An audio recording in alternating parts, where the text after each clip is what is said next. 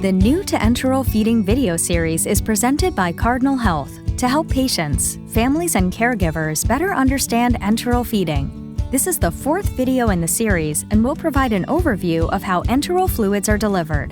Enteral fluids consist of liquids such as formula, water, and human breast milk that help provide proper nutrition to a patient based on medical conditions and dietary needs. Nutritional needs vary based on a variety of factors like age, weight, height, activity level, medical conditions, and a healthcare provider will advise and prescribe the most appropriate enteral fluids. One of the most common types of enteral fluids is standard formula, which is a commercially prepared liquid or powdered formula packaged in a can, carton, or bottle. Standard formula contains all the nutrients designed to meet the nutritional needs of patients who have normal digestion. Formulas called specialized formulas or disease-specific formulas are designed for those with certain medical conditions like diabetes, kidney failure, respiratory disease, or patients with compromised immune systems. Another category of enteral fluids is called thick formula. Thick formula can be made by mixing thickeners or fortifiers directly into a standard formula, or it may also come in the form of what is called a blenderized formula. Thickeners are commercially available thickening agents added to standard formulas. Fortifiers are an option typically used with human breast milk for preterm infants that need additional nutrition. Commercially or home-prepared formula made from solid foods, sometimes called table foods or real foods, such as meat, vegetables, or fruits that are blended together to be administered through a feeding tube are often referred to as blenderized tube feeds, or BTF. Other common descriptions include blenderized diet, blended diet, pureed diet, and organic diet.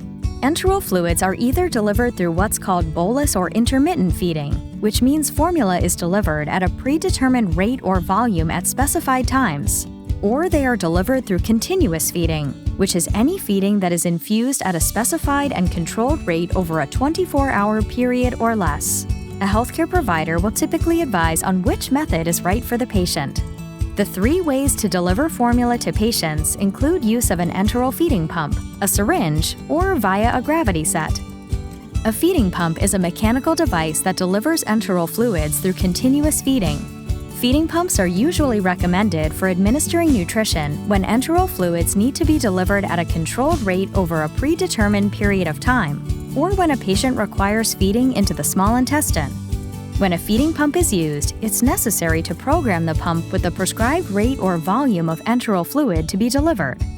A feeding set will be attached to the feeding pump, with the other end of the tube connecting directly into the patient's feeding tube. Once the enteral pump is in use, enteral formula will be infused through the tubing and into the patient. When using the gravity method, enteral fluid is delivered without a pump or syringe. This method relies on gravity to pull the enteral fluid from the feeding bag or container and deliver it into the patient. When using the syringe method, a specially designed syringe made only for enteral feeding is attached to the feeding tube, and formula is manually pushed through the syringe to deliver bolus feeding. When a patient has completed their prescribed feeding regimen, it's recommended to do a flush. This means that a prescribed amount of water is infused and pushed through the tubing. Flushing water is a recommended practice to help minimize tube clogging and deliver additional hydration. Used feeding sets are normally changed and disposed every 24 hours, unless clinically prescribed to do so sooner or based on their usage label. Thanks for watching the new to enteral feeding series presented by Cardinal Health. We hope you learned a few things about enteral feeding and that you feel confident about starting on this new journey.